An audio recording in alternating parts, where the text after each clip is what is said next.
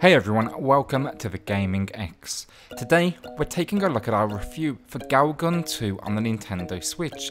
Now, is this a first-person shooter worth playing? Is this more than the gratuitous animation it advertises itself to be? Or is it simply just an excuse to stare? Let's find out. So before we get started, if you are new here, then consider hitting subscribe.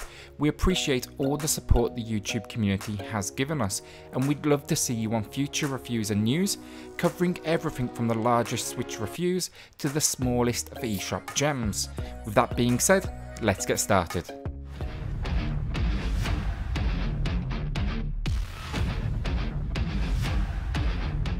So Galgun 2 is simply put one of the strangest concepts for a video game I've played in some time, and a quick question for you, let us know in the comments below, what is the strangest or simply most messed up game you've ever played? So the storyline here, and it goes like this. A battle between hell and heaven is in full effect. That's right, they've attached God to anime nudity because, well, why wouldn't they? That's not strange at all.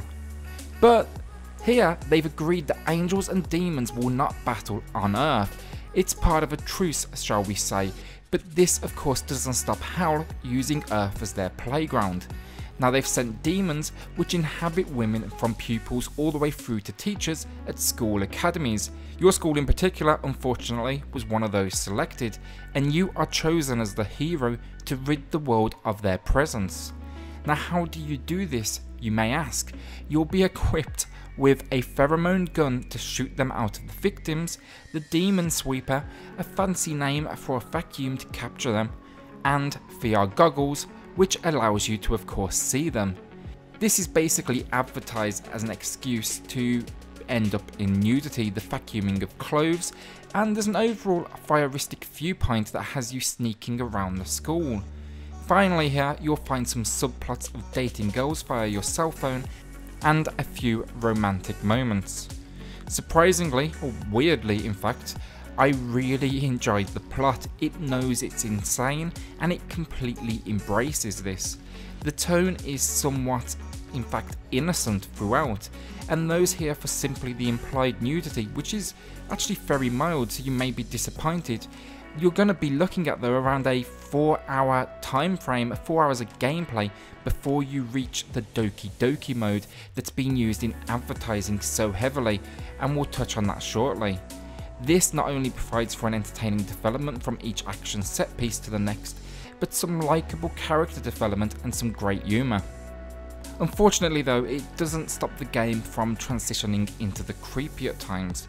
Naturally, the sexualized nature of the title is there throughout, and some of the smaller moments and things like there was a scene with some forced restraint and acknowledgement of you as master, it can at times be a little bit too much. Culturally, this is very much a Japanese production. I doubt very few Western developers would tackle such an unusual storyline, nor would they probably get away with some of the presented elements. So graphically speaking, what we have here is a truly mixed bag. Character models, they are actually fantastic, I really like them. Yes, they are low detail and you will see a ton of repetition, but there's enough in here to never feel overly generous. They represent a 3D take on the anime stylings they are going for perfectly. Then we have the demons attached to or floating around the female characters. While repetitive, they do a nice job of providing the necessary level of threat without breaking the game's cartoon stylings. There's some nice visual attack effects in here, whether that's them latching onto victims to consume them in the form of skulls, or Japanese words which you can shoot down as they float through the air. Unfortunately, however, we have the problems, and this is the backgrounds the characters sit upon. They are simply put dull. The locations of the school, they look flat, the detail is truly low to probably a previous generation level, and there's simply no life here but enemies. There's no shadows either, which it really hammers home the lack of attention to detail. Within a few hours of gameplay, you'll get used to them, but with such great work on that top layer, this is a real shame. Then we have the weapons, the pheromone gun and the demon sweeper. First of all, the gun itself, it looks awesome, like it was ripped straight from Mars Attacks. And the demon sweeper, it has some nicely attached visual effects. But my problem here lies in the shooting itself. There's nearly zero animation attached, instead relying on a sound effect. I would have preferred to have seen something at least here, as it never reached the level that I felt like I was actually shooting anything remotely powerful. Playing such a big role in the title, I was really disappointed with this. Overall, you can probably tell graphics are 50-50. For every good thing, there's a bad, and a little extra time and care with the locations could have hugely improved this absolutely insane world. So gameplay, and where do I even begin? First of all, the touted first-person shooter they are advertising is somewhat false. It's true, it is in first person. It's also true it's a shooter, but they don't clearly state this is in fact on rails. There's no free movement at all. Gameplay essentially goes like this: get dropped into an environment, shoot down enemies, choose a position to move to, and repeat. Controls are restricted to shoot, vacuum, you can lean left and right, or you can raise and lower your stance. There's also a zoom mode which they state is to assist for further away enemies, but come on, let's face it, we all know what that is for really. The majority of the missions, they come from your phone. Here you'll find a selection screen in the form of main missions and side missions, and the game requires you complete side missions to attain the necessary level of points to unlock the next story mission. It's a tried and tested system and it works well. The game takes place over a 30-day period where you'll travel between home and school, school being missions, your home environment's a chance for you to connect with your neighbour who provides upgrades, and you can collect your reward for your day's work. Now when it comes to these missions, you're going to find them in 4 varying forms. You have shooting stages where you take on waves of girls, defense missions where you must defend women in static locations from demon attacks, search missions which is essentially wave-based shooting combined with an element of finding objects in the environment, and then of course the Doki Doki missions. Now Doki Doki translated to English is the representation of your heart beating fast when your preference and sexual partner stands next to you. Excitement essentially, and while this mode is where Galgun really lets loose. Essentially you shoot the demons out of an individual woman on a pink background and their clothing falls away. There's never any full nudity, but it has some very suggestive posing and it does enough to make its point. Largely, overall, the gameplay, it's not too bad. The control scheme isn't fantastic. Attaching crouch, for example, and stand to the right stick while shoot is A initially can be awkward as you frequently want to use them at the same time. But fortunately, the game has a pretty comprehensive controller option scheme where you should be able to make things work. I will say this now, do not use the motion controls however. I had constant issues and found very little of value or enjoyment here. Overall, when it comes to gameplay, the big problem is its repetition. This will kick in long before you reach the end. Out of these mission types, that's really about all there is to the title. It is a lot more entertaining than I expected, but it was the storyline and its sense of humour that kept me coming back, not this gameplay. It's very much here to simply connect you from one scene to the next. It's not particularly been designed with the gameplay in mind, that's for sure. Its intent is very clear. Additionally, even then, if you are here for gameplay, the difficulty, there's just really no difference from beginning to end, bar perhaps a few more enemies on screen at times and a few simple, but I will say fantastically animated boss battles that I enjoyed immensely. Overall, I'll be honest, I expected to not enjoy this one at all, but I ended up enjoying it more for the element I expected to dislike the most, the storyline. Before I actually knew it, I'd invested 3 to 4 hours in one sitting, and that really says a lot. I feel like it has a bit more to it than they've made clear in their marketing. I can't say gameplay is fantastic because it's not. I was pretty bored actually after a couple hours of gameplay from the consistent repetition, but if you tackled this one in a bite-sized chunks, it can be pretty entertaining and you'll be able to avoid that feeling ever setting in. Okay, so finally, sound and music, and overall I really enjoyed the music. The game, it kicks in with an as over-the-top theme tune as you will expect, female vocals, overly happy instrumentation, and just it's completely chaotic that completely suits the title.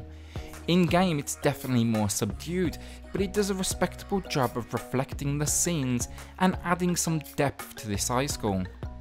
Then we have the vocals, and naturally, not understanding a word of Japanese, it sounds more than respectable. There's an intentional high tone to all the female characters, and the dialogue in cutscenes, it always felt like it reflected the tone necessary from what I was reading. Basically, a sad scene they sounded sad, a happy one they sounded happy. It does everything it needs to. Of course, down to the nature of the title, there's definitely some sexualized sounds, which are, I'll be honest, a bit creepy, but that's to be expected, and well, maybe that's your thing. Finally, the effects, and largely speaking, it's another good job here. The gun has an underpowered but suitable tonality, the Demon Sweeper has a nice full effect that suits its animation, and there's a few little touches in here that bring the world to life. So the final verdict, and overall, I'll be honest, I expected going into this one to hate it. I requested this from the developers, and honestly I probably wouldn't have went out and purchased this one for review if they hadn't been kind enough to supply it. But once I did get into it, I realised it's not necessarily as shallow as the marketing may lead you to believe. It physically had me laughing at points, the storyline was eccentric, and it kept me coming back, even if it was a 11 out of 10 on the crazy scale. Then the character models really supported the anime stylings it went for. It was a big surprise in this sense. Then the gameplay in small bite-sized chunks, you could definitely have some fun here. But with that being said, there's also negative. The on-rail shooting, though in small chunks may be fun, it never really develops past the point of simply repetition over and over again. The background graphics were truly disappointing, and it's just such a shame when so much effort's clearly gone into the character models. Finally, while it's not a negative, I do need to say the overly sexual nature of the title, it may be a bit too much for those in a Western audience. This is very much designed for a specific audience, so just be warned of that. I think anyone who is searching for this review, it falls into one or two categories. They either really like this genre of title, or they're not sure if it's for them. This is one big damsel in distress title that simply attaches implied nudity, shall we say. It's a very much dated viewpoint of man saving woman, but I do sense some satirical nature to its storyline, I will at least say that. Overall, if this is your thing, then I'd say purchase it immediately. You won't be disappointed. The gameplay, it does enough, and it attaches to that storyline you're looking for. For everyone else, I've got to say, go into this one with an open mind. Underneath the tone, there's an entertaining and somewhat actually innocent nature to the storyline, surprisingly. There's also some likeable characters in here, and if you play it in small chunks, the on-rail shooting, it can be entertaining. I can at least guarantee you won't be able to help but laugh at moments through your playthrough. We rarely see titles such as this one in North America or Europe, so this one is by far one of the most unique experiences on the North American Switch right now. The Gaming X awards Galgun 2 a slightly above average 6 out of 10. Thanks so much for watching, and if you are new here, then consider hitting subscribe. We appreciate all the support the YouTube community has given us, and we'd love to see you on future reviews and news covering everything from the largest Switch games to the smallest of eShop gems. We'll see you on the next Gaming X.